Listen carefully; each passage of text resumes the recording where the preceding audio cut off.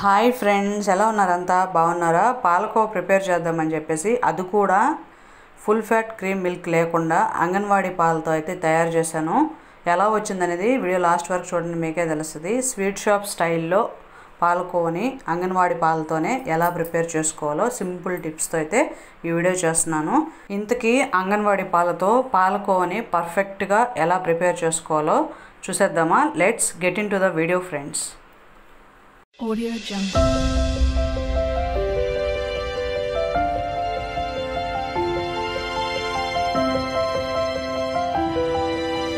Audio Jungle.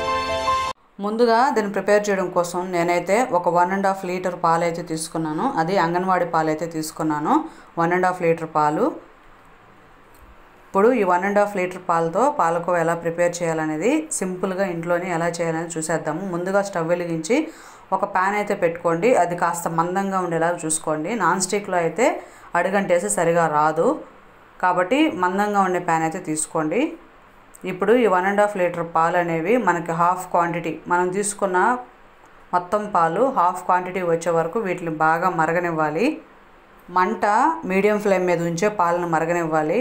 High ఫ్లేమ్లో పెడితే కింద అడుగంటేసి మొత్తం పాడైపోతుంది. కాబట్టి లో టు మీడియం ఫ్లేమ్ ఉంచి పాలను అయితే బాగా మరగనివ్వాలి. అలాగే పాలు మరుగుతున్నప్పుడు ఇలా సైడ్స్ గరిటతో తీసి పాలల్లో మిక్స్ చేసేయాలి. ఇలా చేయడం వల్ల పాలకోవ టేస్ట్ అనేది చాలా బాగా వస్తుంది. ఆ మీగడంతా పాలల్లో కలపడం వల్ల పాలు పొంగుతున్నప్పుడు వచ్చే మీగడను మొత్తం పాలల్లో ఇలా కలుపుతూ పాలను అయితే బాగా పొంగనివ్వాలి. మొత్తంగా మనం తీసుకున్న 1.5 లీటర్ పాలు అనేది హాఫ్ ఆఫ్ ది క్వాంటిటీ వచ్చే వరకు అనేది మనం పాలను మరిగించుకోవాలి. మధ్య మధ్యలో కలుపుకుంటూ పాలను మరిగించుకోవాలి, లేదంటే కింద అడుగు పట్టేస్తుంది. కాబట్టి పాలన్నీ వేస్ట్ అయిపోయే ఛాన్స్ ఉంది. కాబట్టి మధ్య మధ్యలో ఇలా కలుపుకుంటూ ఆ మీగడ మొత్తం పాలల్లో కలుపుతూ మనం పాలను అనేవి బాగా మరిగించుకోవాలి. పాలకోవని మామూలుగా అయితే 2 రకాలుగా చేసుకోవచ్చు. నిమ్మరసం వేసి విరగొట్టి చేసుకోవచ్చు, అలాగే లేదంటే డైరెక్ట్గా ఇదే పాలు లాస్ట్ వరకు పూసగా అయ్యే వరకు కలుపుకుంటూ కూడా చేసుకోవచ్చు. టేస్ట్ అయితే చాలా బాగుంటుంది. ఇప్పుడు మనం దీనికి 2 టేబుల్ స్పూన్ల నిమ్మరసం, దాంట్లోకి 2 టేబుల్ స్పూన్ల నీళ్ళు అయితే యాడ్ చేసుకొని కలిపేసి ఒకసారి అయితే పక్కన పెట్టేసుకుందాం. పాలు అయితే ఆల్మోస్ట్ చాలా దగ్గరగా వచ్చేసాయి. ఇలా బాగా పొంగుతుంది చూసారా? మామూలుగా అయితే నేను అంగన్వాడీ పాలతో పాలకోవా ఇలా వస్తుంది అని అయితే ఎక్స్పెక్ట్ చేయలేదు. నేనైతే వేరేలా అనుకున్నాను, కానీ పర్లేదు, బాగానే పాలకోవా అయితే బాగా వచ్చింది. మరి ఇంత పర్ఫెక్ట్నెస్ అయితే నేను ఎక్స్పెక్ట్ చేయలేదు, కానీ టేస్ట్ అయితే మాత్రం బాగుంది. పాలకోవ టేస్ట్ అయితే బాగుంది. మామూలుగా అయితే ఫుల్ క్రీమ్ మిల్క్ యాడ్ చేస్తే టేస్ట్ అనేది ఇంకా చాలా బాగుంటుంది. ఫుల్ క్రీమ్ మిల్క్ లేవనుకున్నప్పుడు ఇలా అంగన్వాడీ పాలతో కానీ నార్మల్ మిల్క్తో కానీ చేసేసుకోవచ్చు. నిమ్మరసం యాడ్ చేసేసిన తర్వాత ఒక 1 మినిట్ అలా వదిలేసి దాని తర్వాత కలిపి చూస్తే చూసారు కదా, పాలు విరుగుతున్నాయి. ఇలా పాలన్నీ విరిగి కాస్త దగ్గరికి వచ్చేసేసాయి కదా. ఇప్పుడు దీన్ని ఇలాగే మీడియం ఫ్లేమ్లో ఉంచి అది మొత్తం గుల్లగా అయ్యి పాలన్నీ విరిగిపోయి దగ్గరకు వచ్చే వరకు కాసేపు మరిగించుకుందాము. మీకు స్వీట్ షాప్లో లాగా పాలకోవా గుల్లగా రావాలంటే ఎక్కువసేపు కలపకుండా ఇలా మధ్య మధ్యలో అప్పుడప్పుడు కలుపుకుంటూ, అక్కడ పాలు విరిగి ఉండల్లా కడుతుంది కదా, దాన్ని ఎక్కువ డిస్టర్బ్ చేయకుండా కొద్దిగా అలా కలుపుకుంటూ ఉండాలి.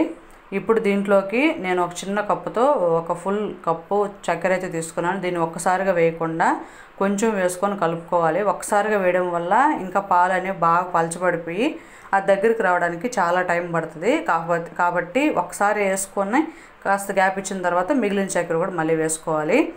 అలా నేను ఒక 1.5 కప్ అయితే ఈ 1.5 లీటర్ పాలకి 1.5 కప్ తీసుకొని, ఇది నార్మల్గా గ్రామ్స్ ప్రకారం అయితే 150 to 200 గ్రామ్స్ అయితే ఉంటుంది. ఇప్పుడు మీ దగ్గర ట్రే ఉంటే ట్రే కానీ, లేదంటే ఒక పొడవాటి గిన్నె, ఇలాంటి గిన్నె కానీ తీసుకొని 1 టేబుల్ స్పూన్ నెయ్యి వేసి అంచులంతా నెయ్యిని ఇలా పూసి పెట్టుకోవాలి. ఇప్పుడు మనకి పాలు అయితే బాగా విరిగి ఆల్మోస్ట్ అయితే దగ్గరకు వచ్చేసేసింది.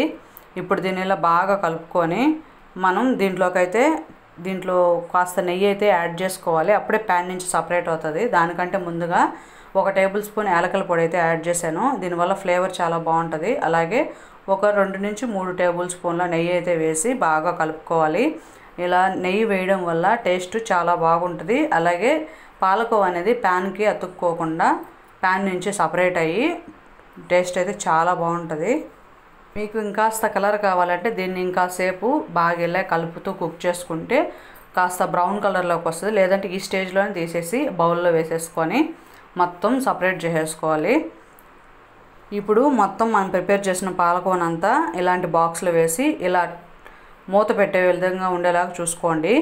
ఇప్పుడు స్పూన్తో దీన్ని లోపల ఎయిర్ బబుల్స్ ఏం లేకుండా ఒకసారి పైనే అట్లా లైట్గా ట్యాప్ చేసి ఇప్పుడు దీనికైతే మూత పెట్టేసి ఒక హాఫ్ అన్ అవర్ పాటు దీన్ని అయితే పక్కన పెట్టి బాగా చల్లారనివ్వాలి. దాని తర్వాత మీకు నచ్చిన షేప్లో కట్ చేసుకుంటే పాలకోవా చాలా టేస్టీగా వచ్చింది. అంగన్వాడీ పాలతోనే మనం ఎక్కువ ఖర్చు పెట్టకుండానే ఇంట్లోనే చాలా బాగా టేస్టీగా పాలకోవా అయితే ప్రిపేర్ చేసేసుకోవచ్చు. మీరు కూడా ట్రై చేసి మీకు ఎలా వచ్చిందనేది కమెంట్ సెక్షన్లో కమెంట్ చేయండి. చూసారు కదా గుల్లగా పాలకోవా అనేది ఎంత బాగుందో. మీరు కూడా ట్రై చేసి కమెంట్ సెక్షన్లో కమెంట్ చేయండి. Thank you.